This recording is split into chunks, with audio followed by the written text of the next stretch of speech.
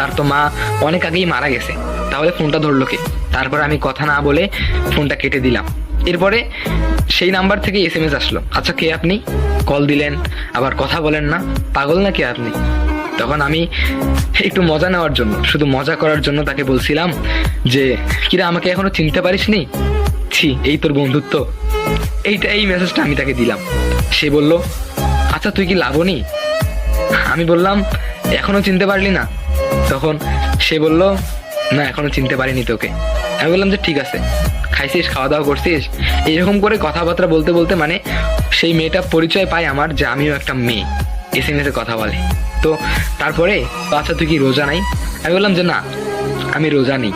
তখন সে বলল, এখন আমি তোকে চিনেছি, তুই হলি আমার সেই মোটি বান্ধবী যে এক মুহূর্ত খাওয়া ছাড়া কিচ্ছু বুঝিস না, তুই শুধু খাওয়া খাওয়া করিস। হ্যাঁ আমি জানি তুই আয়েশা। তখন আমি ওটা সুযোগ পেলাম, ভালোই তো।